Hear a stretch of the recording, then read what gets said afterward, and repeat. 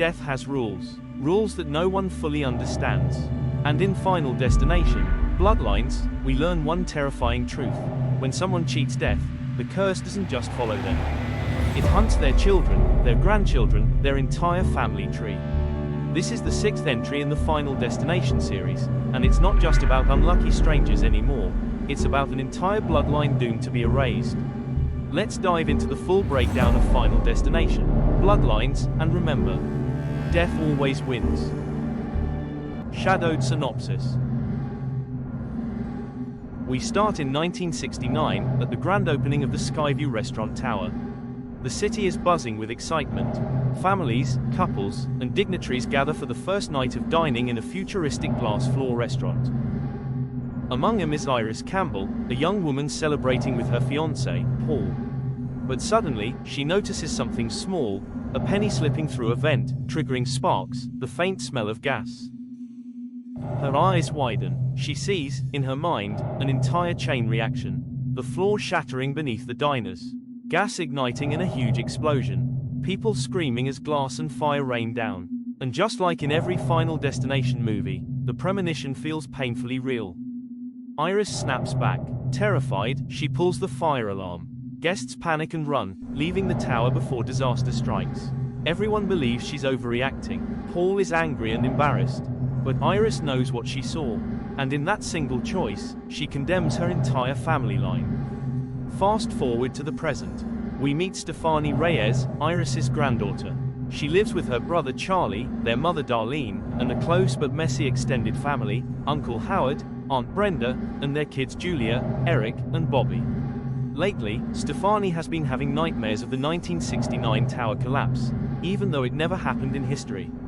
She sees glass shattering, fire erupting, and people screaming her name. At first, she brushes it off. But then small accidents start to happen around her. Objects fall, doors swing open on their own, electrical sparks flash in her face. Death is circling. Digging through old letters, Stefani realizes her grandmother Iris is still alive, living in seclusion. She visits her, and here, the movie drops the central twist. Iris reveals the truth. By pulling that fire alarm in 1969, she cheated death. Death doesn't forget, and because Iris escaped, the curse didn't just chase her, it spread to her children, grandchildren, and every branch of the family tree. Stefani listens in disbelief, but Iris insists, we weren't supposed to be here. And now, death will finish what it started. To prove her point, Iris steps outside.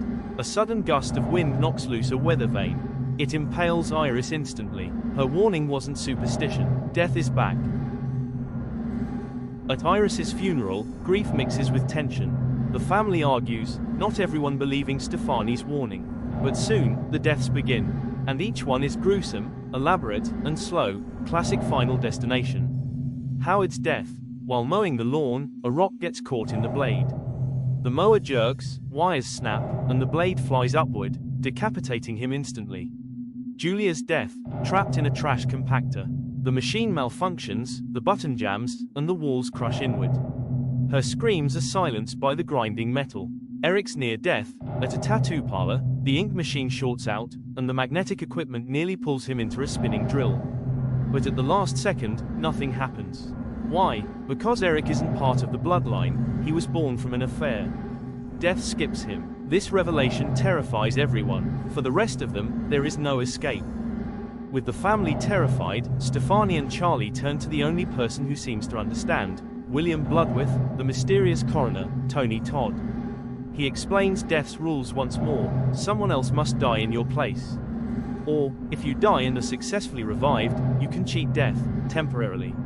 But he warns, death always finds a way back. Always. The family clings to one desperate plan: kill and revive Bobby, who has a peanut allergy. The idea, trigger his reaction, then save him with an EpiPen. But of course, nothing in Final Destination goes as planned. The equipment malfunctions. The EpiPen fails. Eric is shredded inside an MRI machine. Bobby is impaled by flying debris before the plan can even work. Instead of saving the family, the plan only speeds up their deaths. Stefani, Charlie, and Darlene flee in an RV, desperate to outrun fate. But death doesn't need to chase them, it only needs a chance. The RV skids, flips, and bursts into flames.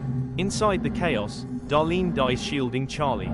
Stefani is trapped underwater inside the wreckage, sinking into darkness. Just when it seems she's gone, Charlie dives in and performs CPR. She gasps back to life. For a moment, it feels like they've beaten death. A week later, things feel normal. Stefani attends Charlie's prom. Laughter, music, and relief fill the air. She believes it's over. After all, she died and was revived, right? That means death's curse is broken, doesn't it? But then, the doctor drops the final truth. Stefani's heart never actually stopped. She wasn't clinically dead, she only passed out. That means, she never really cheated death. And at that exact moment, a train derails nearby. Logs smash through the building in horrifying detail. Stefani and Charlie are crushed. The bloodline ends. Death's design is complete. And that was Final Destination, Bloodlines. For the first time in the series, the curse wasn't about strangers, it was about an entire family, doomed because one woman pulled a fire alarm in 1969. This film proves one thing: in the end, no one escapes. What do you think? Could Stefani and Charlie have done anything differently? Or was death always going to win? Drop your thoughts in the comments, hit like if you enjoyed this breakdown, and subscribe for more movie recaps. Because when it comes to Final Destination, death always finds a way.